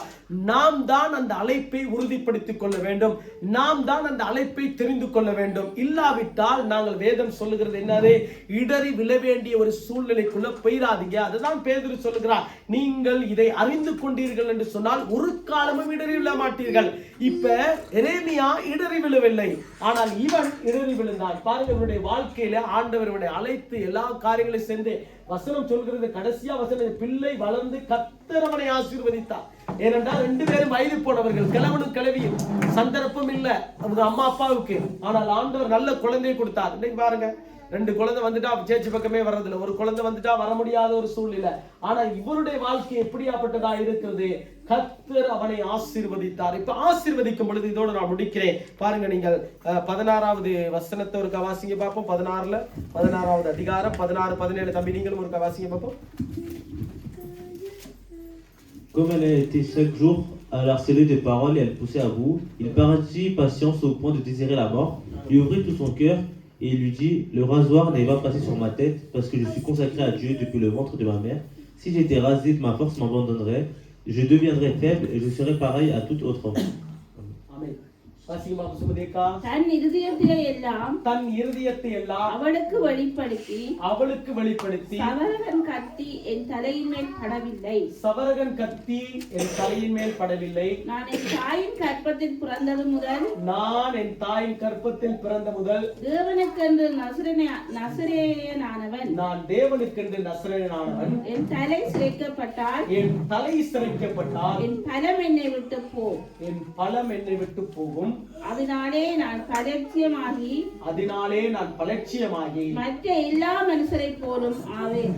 நான் மற்ற எல்லா மனுஷரை போல பரிதவிக்கப்பட்ட மனிதனால் மாறிவிடுவேன். ஏனென்று கேட்டால் இந்த அக்கா ரொம்பவும் டார்ச்சர் படுத்தி நீங்க வீட்டுல போய் வாசித்து பாருங்க, நல்ல அருமையான ஒரு இன்ட்ரெஸ்டான ஒரு புத்தகம், நியாயபதி புத்தகம். இந்த சகோதரி அப்படியே டார்ச்சர் படுத்தி பாருங்க, வீட்டுல டார்ச்சர் படுத்த அம்மா மனசி டார்ச்சர் படுத்த என்ன நடக்கும்? அது செய்யாம நம்ம நினைச்சாலும் அது செய்ய வேண்டிய சூழ்நிலைக்கு தள்ளிவிடும். அது நார்மல், நமக்கு தெரியும். மனுஷி சொல்லும் இதை செஞ்சுதான் ஆகணும், அடிக்கடி இல்லது நான் மனுஷிய ஏதோ இதைத்தான் செய்யணும்னு திசை எங்க திருப்பிடும்? தேவனுடைய அழைப்புக்கு திருப்பாது, நம்ம கீழே கொண்டு போய் திருப்புறதுக்கு திருப்பி விட்டுரும். இது எல்லாருடைய வாழ்க்கையில அனுபவம், நல்ல அனுபவம் இருக்கிறனால சிரிக்கிறீங்க. இப்ப இந்த அக்கா என்ன பண்ணுது? இவனை அப்படியே இவன் அழைக்கப்பட்ட நோக்கம் என்ன? இவன் நஸ்ரனாகி, அதாவது சவரகன் கத்தி படக்கூடாது, இஸ்ரவேலுக்கு ரட்சிப்பை உண்டு பண்ணுகிறவன். ஏன் என்று கேட்டால் தேவனுடைய நாமத்தை எல்லாருக்கும், ஏனென்று கேட்டால் அவன் நியாயபதியா இருந்திருக்கிறான். பலஸ்தீனர்களை அடித்து அப்படியே பலஸ்தீனர்களுடைய வாழ்க்கையிலே அவர்களை அடித்து அவர்களுடைய வாழ்க்கையை அதமாக்கி இவனுடைய வாழ்க்கையில எப்படியாப்பட்ட ஒரு வாழ்க்கை, இஸ்ரவேலுக்கே ஒரு ரட்சிப்பை உண்டு பண்ணுகிற ஒரு வசனத்துக்குரிய இருக்கிறார், வாழ்க்கைக்குள்ள இருக்கிறான். ஆனா என்ன பண்ணுச்சு? இவனுடைய வாழ்க்கையில பாருங்க, ரொம்ப ஒரு ஆண்டவர் ஆண்டவர் அவனை ஆசீர்வதித்தார். வசனம் சொல்லுது கர்த்தர் அவனை ஆசீர்வதித்தார். இப்ப கர்த்தர் நம்மை ஆசீர்வதித்ததுக்கு என்ன, இவனை ஆசீர்வதித்ததுக்கு என்ன காரணம்? தெலீலாளுடைய மடியில படுக்கிறதுக்கா? இல்ல தெலீலாளுடைய வாழ்க்கையில அவனோடு சேர்ந்து வாழுகிறதுக்கா? இல்லை. ஆண்டவர் அழைத்த அழைப்பு என்ன இவனுடைய வாழ்க்கையில? நல்லா கவனிக்கிறோம். நம்முடைய வாழ்க்கையினுடைய அழைப்பு என்ன? நம்முடைய குடும்பத்தினுடைய அழைப்பு என்ன? நம்முடைய பிள்ளைகளுடைய அழைப்பு என்ன? நம்முடைய 4 பேருக்கு மாத்திரம்தான் நம்முடைய ஆசீர்வதிக்கப்பட்ட மனுஷனாய் இருக்கிறதாக்கா? இல்ல 400 பேருக்கு ஆசீர்வதிக்கப்பட்ட குடும்பமாய் கர்த்தர் வைத்திருக்கிறார்? இல்ல இருக்கிறதான 5 பேரோட தான் நம்முடைய கட்டுப்பாடு இருக்கணுமா? இல்ல ஆண்டவருடைய ஆசீர்வாதம் எப்படி விரிவாய் இருக்கிறது என்பதை நன்றாய் புரிந்து கொள்ள வேண்டும். இதுதான் அழைப்பு. இப்ப இவனுடைய அழைப்பு என்ன? ஆண்டவர் இவனை தெரிந்து கொண்டு இவனை பரிசுத்தமாக்கி, தாயின் கருவிலே பரிசுத்தமாக்கி, மதுபானம் அறியாமல் திராட்சரசம் குடிக்காமல் வெளியே கொண்டு வந்து அவனை எதுக்காக அழைத்தால்? பலஸ்தீனர்களோடு யுத்தம் பண்ணி இஸ்ரவேல் ஜனங்களுக்கு ரட்சிப்பை காண்பிப்பதற்கு, ஆண்டவருடைய அன்பை காண்பிப்பதற்கு, யெகோவாவின் தேவனுடைய நாமத்தை காண்பிப்பதற்கு, இயேசு கிறிஸ்துடைய அன்பை காண்பிப்பதற்கு, இயேசு கிறிஸ்துடைய பிரசன்னத்தை காண்பிப்பதற்கு, ஜனங்களை சரியான பாதையிலே வழிநடத்துகிறது, பிரமாணத்தின் பாதையிலே வழிநடத்துவதற்கு, வேத வாக்கின்படி வழிநடத்துகிறதுக்கு. ஆனால் இவருடைய வாழ்க்கை எப்படியா போய்விட்டதே பாருங்க. நாம நம்முடைய வாழ்க்கையில அடிக்கடி இந்த தப்பு பண்றோம். வாசிக்க பார்ப்போம். நான் இந்த வசனத்தை மாத்திரம் வாசிக்க பாருங்க. தன் இருதயத்தில் எல்லாம் அவனுக்கு வெளிப்படுத்தி, அவன் தன் இருதயத்தில் உள்ளது எல்லாம் அவளுக்கு வெளிப்படுத்த. என்ன, இவர் எத்தனையோ முறை பொய் சொல்லி பார்த்தாரு, அதனால என்ன கட்டி பாருங்க ஒண்ணுபடி. ஆனால் கடைசியா 7வது கட்டத்துல பாருங்க, நம்மள சில நேரங்கள்ல போலீஸ்ல பிடிச்சிட்டாங்கன்னு சொன்னாக்க, நம்ம எல்டிடிலயோ மற்ற காரியங்கள்ல அந்த நாட்கள்ல இருக்கும் பொழுது பிடிச்சிட்டாங்கன்னு சொன்னாக்க காய்ச்சல் கொடுத்து உள்ள இருக்கிறத கக்க வச்சிருவாங்க. அதே போலதான் இவனுடைய வாழ்க்கையில என்ன, சிம்சோன் வாழ்க்கையில இவர் கக்க வேண்டிய ஒரு சூழ்நிலை வந்துட்டு, என்ன ஆண்டவருடைய பலன் என்ன, ஆண்டவர் கொடுத்த பலன் என்ன, இது நல்லா கவனிக்க வேண்டும். ஆண்டவர் நமக்கு கொடுத்திருக்கிற ஸ்ட்ரென்த் என்ன? ஜெபம் என்ன? ஜெபம் தான். வேத வாசிப்புனா வேத வாசிப்பு தான். பரிசுத்தம்னா பரிசுத்தம் தான். விசுவாசம்னா விசுவாசம் தான். இதை நான் பெற்றுக்கொள்வேன் நான் முழு நிச்சயமாய் நான் விசுவாசிக்கிறேன். முழு நிச்சயத்தோடு கூட ஆண்டுடைய பாதத்தில் இன்னைக்கு நல்ல 98வது சங்கீதத்தை நீ வீட்டில் போய் வாசித்து பாருங்க. நல்ல அருமையான ஒரு சங்கீதம். அவர் எனக்கு புயல், அவர் எனக்கு பலன், ஆகவே அதுதான் எனக்கு தேவையானது, மற்ற காரியங்கள் அல்ல. இதை தான் ஆண்டவர் பார்க்கிறார். ஆனால் உலகமோ சத்ருவை எதிர்பார்க்கிறது இப்படியாப்பட்ட காரியங்கள். பாருங்க, என் இருதயத்தில் எல்லாம் அவனுக்கு வெளிப்படுது. என் இருதயத்தில் என்ன இருந்துச்சோ, என்னுடைய வாழ்க்கையில என்ன பாருங்க, பிறப்பிலிருந்து கடைசி இருக்கிற வரைக்கும் அவன் சொல்லி விட்டுதான். அப்ப அது லேசா சத்துருக்கு லேசா போயிட்டு பிடிக்கிறது. நம்முடைய வாழ்க்கையில மிச்ச கவனமாய் ஆண்டவர் கற்றுக் கொடுக்கிற ஒரு காரியம் என்னவென்று கேட்டால், எரேமியாவுடைய அழைப்பு மற்றவர்களுடைய வாழ்க்கையிலே ஒரு ஆசீர்வாதத்தை கொண்டு வந்தது. மற்றவர்களுக்கு ஒரு எழுப்புதலை கொண்டு வந்தது, மற்றவர்களுக்கு ஒரு நன்மையை கொண்டு வந்தது. ஆனால் இவனுடைய அழைப்பும் ஆண்டவர் அதற்குத்தான் வச்சிருந்தார். ஆனால் இவனோ தன்னுடைய வாழ்க்கையிலே இடறி விழக்கூடியதக்கதான ஒரு, அப்ப எந்த நேரத்துல ஆண்டவர் யாரை எப்படி பிடிக்க வேண்டுமோ பிடித்து கொண்டு வந்துருவார். ஆனால் சத்துருக்கும் தெரியும் நல்லா நம்முடைய பலவீனம் என்ன, நம்முடைய பலவீனம் என்ன, வீட்டுல நம்முடைய வாழ்க்கையினுடைய பலவீனம் என்ன, அவசரமா, கோபமா, வைராக்கியமா, கசப்பா, வெறுப்பா, மற்றவர்கள் ஏற்றுக்கொள்ள கூடத்தக்கதான ஒரு தன்மை இருக்கிறது. இதெல்லாம் சத்துரு பார்த்துதான் நம்ம அட்டாக் பண்ணுவோம். ஆகவே மிச்ச கவனம் நம்முடைய வாழ்க்கையில ஒன்று, நம்முடைய அழைப்பை நாம் உறுதிப்படுத்திக் கொள்ள வேண்டும். பாருங்க, அடுத்த கடைசியா அந்த வசனத்தை வாசித்து முடிப்போம். 17 வாசிக்க பார்ப்போம். 17 நீங்க வாசிக்க பார்ப்போம். 20, 21 வரைக்கும் வாசிப்போம். 20. அப்பொழுது அவள், சிம்சோனே, பெலிஸ்தர் உன்மேல் வந்து விட்டார்கள் என்றாள். அவன் நித்திரை விட்டு விழித்து, கர்த்தர் தன்னை விட்டு விலகினதை அறியாமல் எப்போதும் போல உதறி போட்டு வெளியே போவேன் என்றார். நல்லா கவனிங்க, ஆவியானவர் நமக்குள்ள இருக்கும் பொழுது நம்முடைய வாழ்க்கை பலனுள்ளதா இருக்கும். தேவ வார்த்தை மனப்பாடம் பண்ணுன்னு சொல்லுகிறதுக்கு காரணம் இருக்கிறது. தேவ வார்த்தை நம்முடைய இருதயத்தில் இருக்க மட்டும் கெட்ட கனவு வராது, கெட்ட யோசனை வராது, கெட்ட காரியங்கள் பார்க்கிறதுக்கு மனம் திறந்து கொடுக்காது. ஆனால் எப்பொழுது கொஞ்சம் கொஞ்சமாய் நம்மை விட்டு போகிறதோ, தேவ வார்த்தை போகிறதோ, ஜெபம் போகிறதோ, வேத வாசிப்பு போகிறதோ, நல்ல 2 பாடல் பாடி ஆராதிக்கிற வாழ்க்கையில இருந்து கொஞ்சம் கொஞ்சமா குறைதோ, அன்றைக்கு நம்முடைய வாழ்க்கையில மிக ஒரு கவனமான ஒரு காரியத்துக்குள்ளே இருக்க வேண்டும். இதுதான் சிம்சோனுடைய வாழ்க்கையில நடந்த ஒரு சம்பவம். மிகவும் கஷ்டமான ஒரு சூழ்நிலை என்ன, அப்பொழுது அவர் சிம்சோன், பெலிஸ்தர் உன்மேல் வந்து விட்டார்கள் என்றார். அவர் நித்திரை விட்டு விழுந்து, ஏனென்றா அவர் நித்திரை ஆயிட்டார். அந்த நித்திரைக்குள்ள போனவனை பாருங்க, ஒன்றும் தெரியாது. ஒரு சிலரை பாருங்க, நித்திரைக்குள்ள போனாலும் அப்படியே யானை கொண்டு வந்து அப்படியே அவரை கொண்டு வந்து பக்கத்துல விட்டாலும் எழும்ப மாட்டார். நமக்கு தெரியும் நிறைய பேர். ஒரு சிலருக்கு அப்படி இப்படின்னு எண்ணத்தை தான் கொண்டு போய் ஊதினாலும் எழும்புற அடிய கஷ்டம். ஏன்னா அது கஷ்டம், அப்படியே அடிக்கிறது நித்திரை. ஆனால் அதே போலதான் என்னுடைய வாழ்க்கை. காரணம் என்ன, இவனுடைய வாழ்க்கை விலப்பண்ணுகிறதுக்கு சத்துரு திட்டம் போட்டு விட்டார். ஆனால் ஆண்டவர் இவனை வைத்து இஸ்ரவேலுக்கு ரட்சிப்பை கொடுக்க வேண்டும் என்று ஆண்டுடைய திட்டம். அப்ப நம்முடைய நோக்கத்தை பார்க்கணும். நம்முடைய அழைப்பு என்ன, நாம் எல்லாரும் பரலோகத்துக்கு போகிறது. நம்முடைய அழைப்பு என்ன, இந்த பூமியில இருக்க மட்டும் ஆசீர்வாதமாய் இருக்கிறதுக்கு. நம்முடைய அழைப்பு என்ன, விசுவாச சந்ததியாய் வாழுகிறதுக்கு. நம்முடைய அழைப்பு என்ன, பரிசுத்த சந்ததியாய் வாழுகிறதுக்கு. நம்முடைய குடும்பம், நம்முடைய பிள்ளைகள் பரிசுத்த சந்ததி. நம்முடைய அழைப்பு என்ன, தேவனுக்காக ஊழியம் செய்கிறது. நம்முடைய அழைப்பு என்ன, 400 பேருக்கு 500 பேருக்கு ஒரு ஆசீர்வதிக்கப்பட்ட குடும்பமாய் இருக்கிறதுக்கு. ஆகவே இதுதான் நம்முடைய அழைப்பு. இதை நம்ம விட்டு மாறிடக்கூடாது. இவருடைய அழைப்பு அப்படியாதான் இருந்துச்சு. ஆனால் எப்பவும் போல பாருங்க, எப்பவும் போல எப்பயாவது நம்முடைய வாழ்க்கையில பாதுகாப்பார் ஆண்டவர்ன்ட்டு என்ன நடக்கிறது நடக்கட்டும் என்று எழும்பிட்டோம்னு சொன்னா ஒரு நாள் நம்முடைய வாழ்க்கை இடறி விழக்கூடும். அதான் பேதுரு தெளிவாய் சொல்லுகிறார். நல்லா கவனிக்கணும். பழைய ஏற்பாட்டுல மாத்திரமல்ல, புதிய ஏற்பாட்டுல தெளிவாய் சொல்லுகிறார். நீங்கள் உங்களுடைய அழைப்பை நீங்கள் தெரிந்து கொண்டு நீங்கள் உறுதியானீர்கள் என்று சொன்னால் ஒரு காலமும் நீங்கள் இடறி விழ மாட்டீர்கள். இவனோ விழுந்து போய் விட்டான். எரேமியாவோ விளைவில்லை. இப்ப பவுலை குறிச்சு பேசலாம், நேரம் பத்தாது. பல பேரை குறிச்சு பேசலாம், வேதத்துல பேச முடியாது, அந்த டைம் இல்லை. அப்ப பாருங்க, அடுத்த வசனத்தை வாசிக்க பாப்பா. இப்பொழுது போல உதிரி போட்டு வெளியே போனான் என்றால், அடுத்தது பெலிஸ்தர் அவனை பிடித்து அவன் கண்களை பிடுங்கி. இப்பதான் ஒரு பெரிய ஒரு பிரச்சனை கேட்டா, அவனுடைய கண்களை பிடுங்குகிறார்கள். பெலிஸ்தருடைய நோக்கம் என்ன, இவனை கொல்ல வேண்டும். இந்த சிம்சோனுடைய வாழ்க்கை பயங்கர பராக்கிரமசாலி, பயங்கர 20 வருஷங்களுக்கு மேலதிகமாய் அவன் நியாயம் விசாரித்தான். இஸ்ரவேலிலே நல்ல காரியங்களை செய்தான்.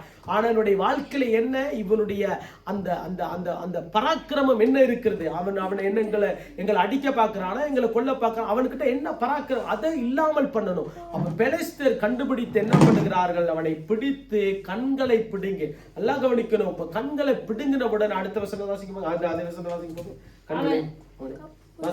அவனை காசாவுக்கு கொண்டு போய் 2 வெண்கல விலங்கு போட்டு, பாருங்க, 2 வெண்கல விலங்குகளை போட்டு சிறைச்சாலையிலே மாவரைத்துக் கொண்டிருக்க வைத்தார்கள். கண் பிடுங்கப்பட்டது. சிறைச்சாலையிலே என்ன பண்றாரு, மாவரைக்க வேண்டிய ஒரு சூழ்நிலைக்கு தள்ளப்பட்டது. காரணம் என்ன, தேவனுடைய பிரசன்னம் போய்விட்டது, தேவனுடைய மகிமை போய்விட்டது, தேவனுடைய வல்லமை போய்விட்டது. இதே காரியத்தை நீங்கள் யோசேப்புடைய வாழ்க்கையில பார்ப்பீங்கன்னு சொன்னா, யோசேப்பும் இதே வெண்கல விலங்கு தான் பூட்டப்பட்டான். இவன் எங்க இருக்கான், ஜெயிலுக்குள்ளதான் இருக்கிறான். ஆனால் ஒரு காலம் வந்தது, ஆண்டவர் அதை திறந்து விட்டார். காரணம் என்னவென்று கேட்டால், யோசேப்பு உண்மையான மனுஷன், யோசேப்பு சத்தியமுள்ள மனுஷன், தேவனுக்காக எழும்பி பிரகாசித்த மனிதன், பரிசுத்தத்திலே அவனுக்கு கரைத்திரை இல்லை. ஆகவே அவனுடைய வாழ்க்கை மிக மேன்மையாயிருந்தது. ஜெயிலுக்கு போனாலும் சரி, எங்க போனாலும் சரி, இவனுக்கும் வெண்கலம் தான் பூட்டப்பட்டிருக்கிறதே, அந்த சிம்சோனுக்கும் வெண்கலம் தான் போட்டப்பட்டிருக்கிறது, வெண்கல விலங்கு தான் போட்டப்பட்டிருக்கிறது, யோசேப்புக்கும் வெண்கல விலங்கு தான் போட்டப்பட்டிருக்கிறது. பாருங்க, 2 பேருடைய வாழ்க்கையில இவனுக்கு வெண்கல விலங்கு போட்டப்பட்டு மாவரைச்சு கொண்டிருக்கிறான், கண்ணு தெரியல, சுட்டி இருக்கிறவர்களா பரியாசப்படுகிறார்கள். ஆனால் யோசேப்புடைய வாழ்க்கையில வெண்கலம் பூட்டப்பட்டது, அவனுக்கு பூட்டப்பட்டிருந்துச்சு. அந்த அப்படியே பூட்டப்பட்டிருந்தாலும் ஒரு நாட்கள் வந்த பொழுது கர்த்தர் திறந்தார், அவனை உயர்ந்த மனுஷனாக்கினார், ஆசீர்வதிக்கப்பட்ட மகனாய் இருந்தான். இன்றைக்கு அவனுடைய அழைப்பு வேற. அந்த அழைப்பு மிகப்பெரிய பிரதானமான அழைப்பு. நமக்கும் ஆண்டவர் அந்த அழைப்பை வைத்திருக்கிறார். ஆண்டுடைய சமூகத்திலே அதை தெரிந்து கொள்ள வேண்டும். அழைப்பை நாங்கள் தெரிந்து கொண்டோம் என்று சொன்னால் அதை நாங்கள் உறுதிப்படுத்துகிறதுக்கு ஆவியானவர் நமக்கு கற்றுக் கொடுப்பார். எப்படி கற்றுக் கொடுப்பார்? வேதத்தின்படி நமக்கு கற்றுக் கொடுப்பார். அந்த அழைப்பை நாங்கள் உறுதிப்படுத்தி, இதுதான் என்னுடைய அழைப்பு, என்னுடைய அழைப்பு 5 பேருக்கு ஜெபிக்கிறதா என்னுடைய அழைப்பு, என்னுடைய அழைப்பு குடும்பத்தை பராமரிக்கிறதா என்னுடைய அழைப்பு, என்னுடைய அழைப்பு ஆண்டுடைய ராஜ்யத்தை கட்டுகிறதா என்னுடைய அழைப்பு. இது எல்லாவற்றை பார்க்கலாம் எனக்கு ஒரு அழைப்பு இருக்கிறது. நான் பரலோகத்துக்குரியவன், நான் மோட்சத்துக்குரியவன், இதுக்குத்தான் நான் அழைக்கப்பட்டிருக்கிறேன். ஏனென்றால் கிறிஸ்துவின் சிந்தை எனக்குள்ளே இருக்கிறதுக்கான மிகப்பெரிய ஒரு நோக்கம், நான் பரலோகத்தினுடைய ஏமை நோக்கி ஓடுகிறதுக்காகத்தான் நான் அழைக்கப்பட்டேன். இந்த பூமியில இருக்க மட்டும் ஒரு காலகட்டம் என்னுடைய வாழ்க்கை இருக்கும், ஆனால் முடிந்து போய்விடும். ஆனால் ஆண்டவரோடு கூட நித்திய ராஜ்யத்தில் இருக்கிறதுக்கு நான் அழைக்கப்பட்டிருக்கிறேன்.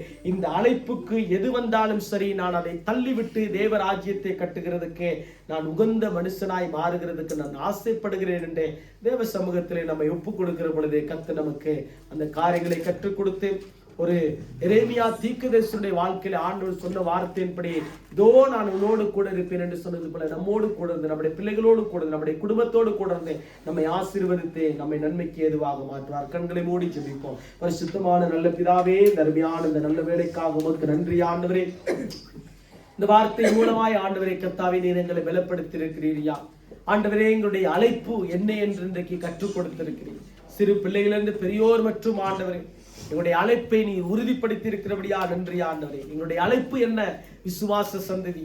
எங்களுடைய அழைப்பு என்ன? பரிசுத்த சந்ததி. எங்களுடைய அழைப்பு என்ன? பரலோகத்துக்குரிய சந்ததி. எங்களுடைய அழைப்பு என்ன? எங்களுடைய பரம்பரை ஜெனரேஷன் இயேசு கிறிஸ்துவையே சேவிக்கிறவர் அழைப்பு ஆண்டவரே. அந்நியர்களும் பரதேசிகளுமாய் இருந்த நாங்கள் ஆண்டவரே, இன்றைக்கு எங்களுடைய வாழ்க்கை ஒரு செழிப்பாய் மாற்றப்பட்டிருக்கிறது. எங்களுடைய வாழ்க்கை ஒரு நன்மையாய் மாற்றப்பட்டிருக்கிறதே. அநேகர்களுக்கு ஆசீர்வதிக்கப்பட்ட ஒரு அழைப்பாய் கர்த்தர் நடத்த போகிறபடியால் உமக்கு நன்றி செலுத்துகிறேன். இந்த வார்த்தையின் மூலமாய் ஒவ்வொருவரையும் பலப்படுத்துகிறார், ஒவ்வொருவரையும் ஆசீர்வதிக்கிறார், ஒவ்வொருவரையும் தகுதிப்படுத்துகிறார். இயேசு கிறிஸ்துவின் நாமத்தினாலே ஜெபிக்கிறேன் நல்ல பிதாவே, ஆமென்.